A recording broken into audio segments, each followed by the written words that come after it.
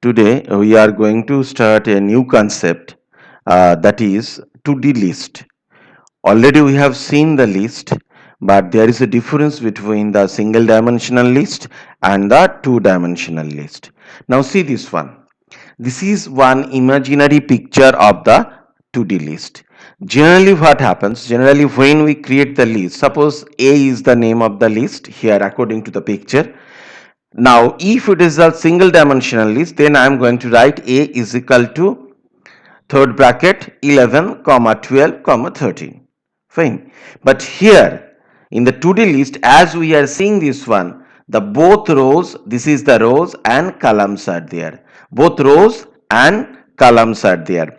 So what will going to be happen? Suppose 11, 12, 13, then 21, 22, 23, 31, 32, 33, like that one. So this is the rows and this is the columns. What will going to be happen? This is the rows and this is the columns over there. And as we know that one, when the list has been stored, it is the subscript will be 0, 1, 2. There will be two types of subscript. Here this is the row and this is the column. Suppose if this one we think as an R, if we this one we think as an R, give the name as R, and this one is C, then R0, C0, 00 means two subscript will be there. Suppose here it has been shown A00. A00 means A column is 0 and row is 0. What is the element? Element stored over here is 11.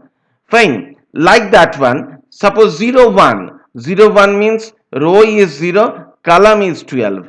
01, row is 0 and column is 1. Then what will be? It has been stored over there 12. Then 02. 02 means 2 is the column, 0 is the row. So what will be 13? Suppose if I make it into R and C, R for rows, C for column, then R2 C0 means it is the 13.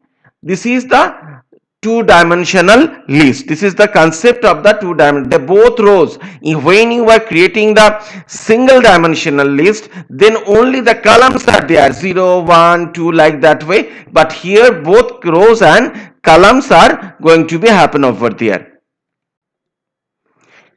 Now here we are going to see the programming implementation of the to-do list. It can be initialized in the two ways. One is, this is static initialization, one can be dynamic initialization. We'll see the dynamic initialization afterwards. So how we will initialize the list? L is equal to third bracket.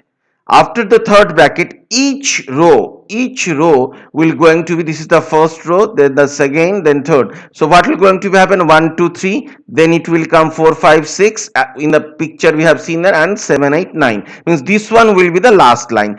Each row will be in a separate third bracket, and all the third brackets, all the rows are going to be separated over there with a comma. So first this whole together it will be the in a single third bracket. After that, once again another third bracket will start. 1, 2, 3. This is the components of the first row. Third bracket has been closed and it has been separated. Then next the second row has been started. 4, 5, 6.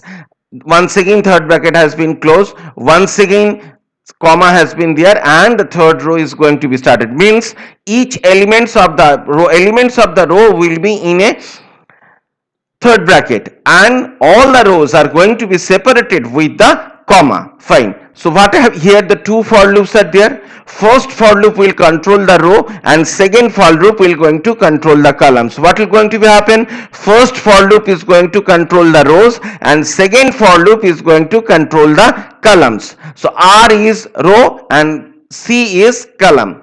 So R will start 0 to 3. 0 to 3 means 0 to 2 because 3 elements are there, and here also like that way. So what will going to be happen? R0, C0. Fine.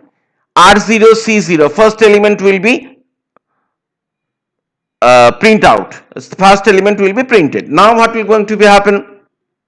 until the condition is fulfilled, until the condition of the second loop is going to be fulfilled. It is not going to be go back over there. So R will remain as 0. Now C will increment it to 1, then C will increment it to 2, then like that way it will go on, and it will give the printout like that: 1 2 3 4 5 6 and 7 8 9. Now we will see how to print the elements of the first diagonal. What is the diagonal? Suppose this one is there, this 11, 22 and 33 is the diagonal. So what are the elements? This is called the diagonal. This is called the diagonal of a two-dimensional list. Another diagonal is there, that is over here, 13, 22 and 31. But today we are going to learn how to print the elements of the first diagonal. See this one. What will be the elements?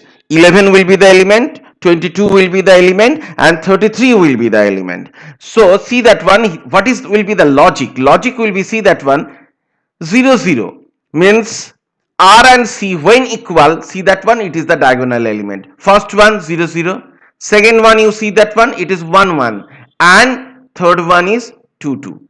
So logic is that if row and column means the value of the first for loop and the second for loop means R and C is equal, then it is an diagonal element. So what I have done, R in range 0 to 3, C in range 0 to 3. If R and C is equal to, then print out that things. So it will going to be print out 11, 22 and 33.